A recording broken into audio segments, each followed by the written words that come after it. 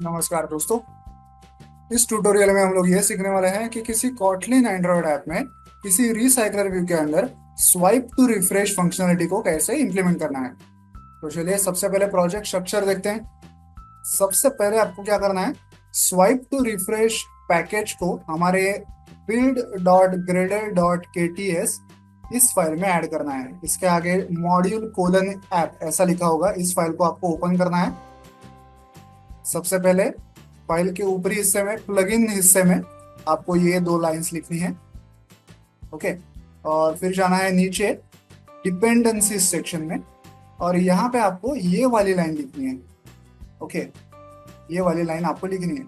मैं फिलहाल इसे नहीं लिख रहा हूँ क्योंकि मेरा काम हो चुका है ये लिखने वाला। तो आपको ये वाली लाइन लिखनी है। ओके, लिखने के बाद आपको इस सिंक नाउ बटन को क्लिक करना है। ये हो जाने के बाद ये स्वाइप टू रिफ्रेश पैकेज जो है वो आपके ऐप में ऐड हो जाएगा और ये लाइन जो है कन्वर्ट होके कुछ इस तरह से आपको दिखाई देगी। ओके, तो अल्टीमेटली आपको ये लाइन दिखने वाली है आपके ऐप में, आपके इस फाइल में। ओके, तो क्योंकि ये मैं पहले से कर चुका हूँ इसलिए मैंने इस लाइन को यहाँ पे कमेंट कर रखा है। ओके, आपको अल्टीमेटली ये लाइन चाहिए। ओके, तो आई होप आप ये इम्प्लीमेंटेशन समझ गए होंगे बिल्ड डॉट ग्रिडल वाला। अब देखते हैं प्रोजेक्ट स्ट्रक्चर। तो यहाँ पे हमारे पास है एक मेन एक्टिविटी, एक मॉडल क्लास और एक माई अडेप्टर क्लास, और लेआउट फोल्डर में है activity underscore main dot XML जो कि इस मेन एक्टिविटी की यूआई फाइल है, और रो अंडरस्कोर आइटम डॉट एक्सएमएल जिसमें हम लोग क्या करेंगे, किसी रिसाइकलर व्यू का जो एक आइटम होता है, एक रो होती है, उसका लेआउट हम लोग इस row underscore item dot XML file में लिखेंगे। सबसे पहले देखते हैं activity underscore main dot XML का यूआई। तो यहाँ हमारे पास एक स्वाइप रिफ्रेश लेआउट है, उसके अंदर हमारा रिसाइकलर व्यू है। ओके, इसका कोड देखेंगे। देखिए यहाँ पे सबसे ऊपर जो टैग है वो है हमारा स्वाइप रिफ्रेश लेआउट। ओके, इसे हमने एक आईडी भी दिया हुआ है। उसके अंदर है एक कंस्ट्रेंट लेआउट और उस कंस्ट्रेंट लेआउट के अंदर है ये हमारा रिसाइकलर व्यू।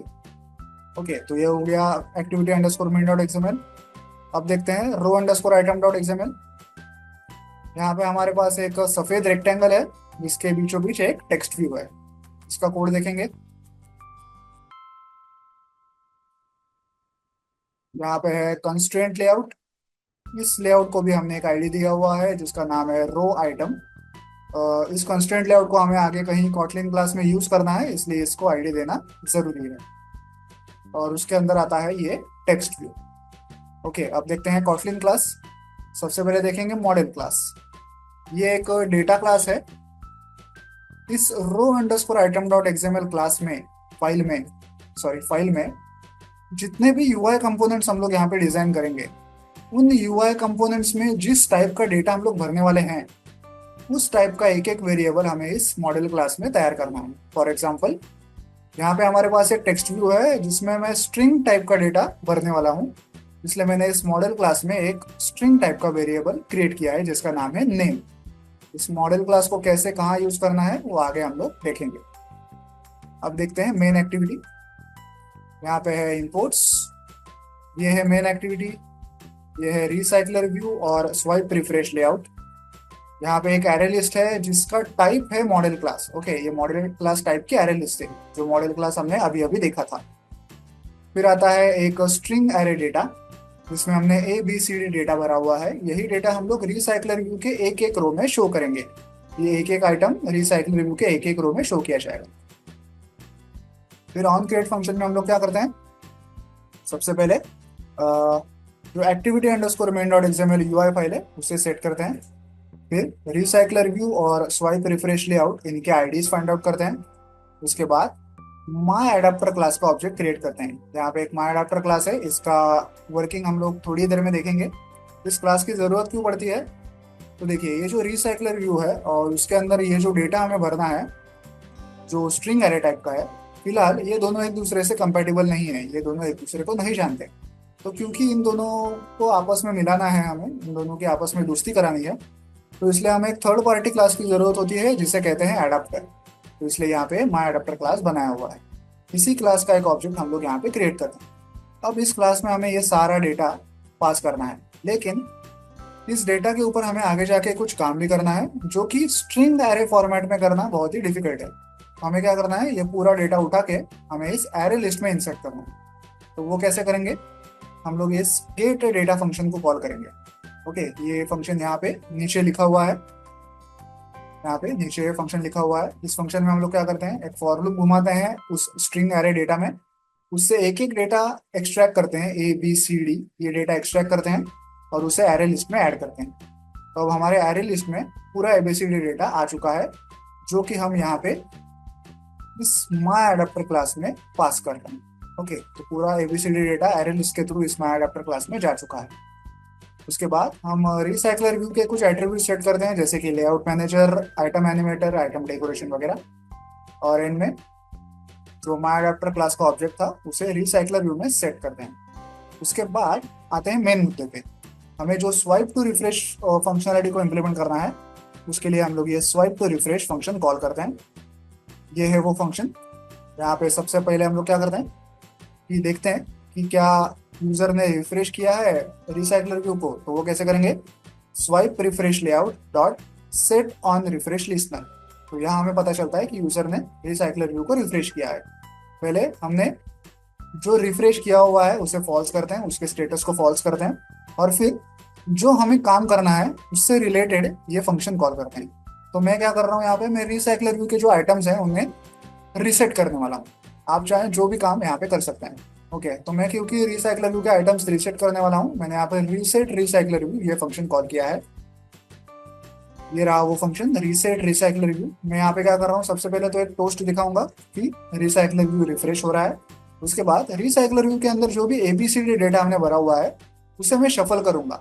अब शफल किया हुआ डेटा क्या होगा, वो रैंडमली कैसे भी प्लेस हो जाएगा रिसाइकलर व्यू के अंदर। अभी जैसे ए बी सी डी ऐसे लाइन में डेटा दिखाई दे रहा है हमें, देगा हमें, वो वैसे ना होते हुए रैंडमली कोई भी डेटा कहीं भी दिखाई देगा। सबसे पहले एच दिखाई देगा, फिर बी दिखाई देगा, फिर ए दिखाई देगा।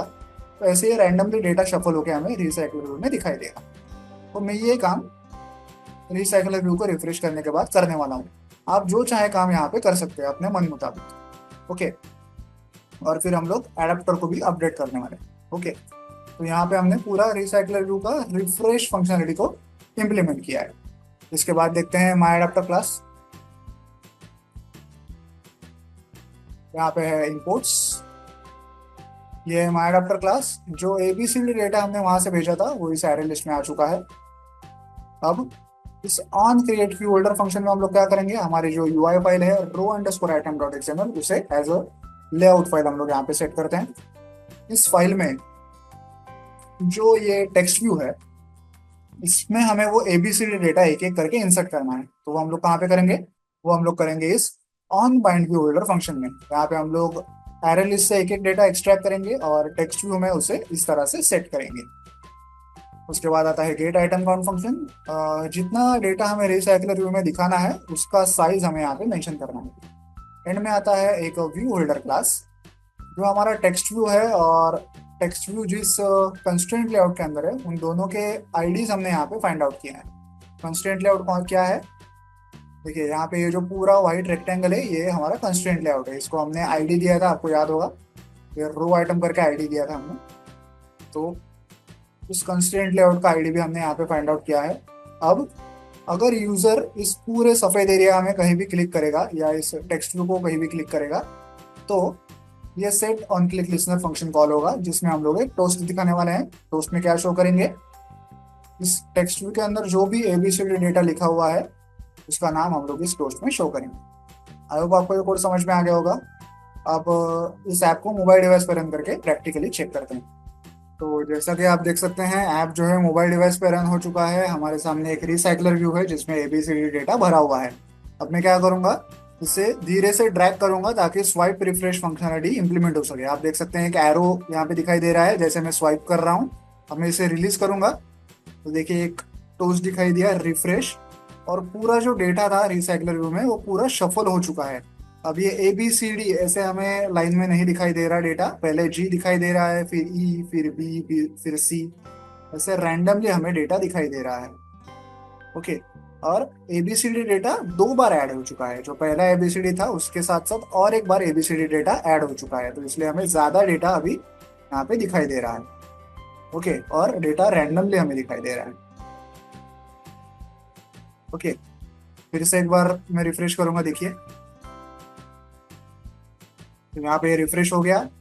आप देख सकते हैं डेटा के रैंडमली, डेटा जो है रैंडमली हमें दिखाई दे रहा है। पहले बी है, फिर एफ है, और अब टोटल एबीसीडी डेटा जो है वो 3 बार ऐड हो चुका है। एक बार जो सबसे पहले हमने ऐड किया था, और 2 बार जो हमने रिफ्रेश किया। तो 3 सेट ऑफ एबीसीडी डेटा हमारे ऐड हो चुके हैं। ओके, तो आप देख सकते हैं कितना ज्यादा डेटा अब रिसाइकलर व्यू में ऐड हो चुका है, इसलिए रिसाइकलर व्यू हमें लंबा और बड़ा दिख रहा है। जो मेन डेटा था हमारा, जो सबसे पहले हमने ऐड किया था, वो यहाँ पे नीचे है देखिए, और वो एकदम लाइन में है। ये देखिए, ये वो डेटा है ABCDEF।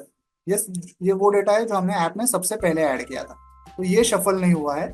जो नया डेटा हमने ऐड किया था यहाँ से ऊपर, वो सारा शफल डेटा है, वो ABCD ऐसे सीधी लाइन में नहीं है। ओके, तो आई होप आप ये समझ गए होंगे कि किसी रिसाइकलर व्यू में स्वाइप टू रिफ्रेश फंक्शनलिटी को कैसे इंप्लीमेंट करना है। वीडियो में दिखाए गए कोड को डाउनलोड करने के लिंक मैंने वीडियो के नीचे डिस्क्रिप्शन बॉक्स में दे दी है। आप चाहें तो वहां से कोड डाउनलोड कर सकते हैं।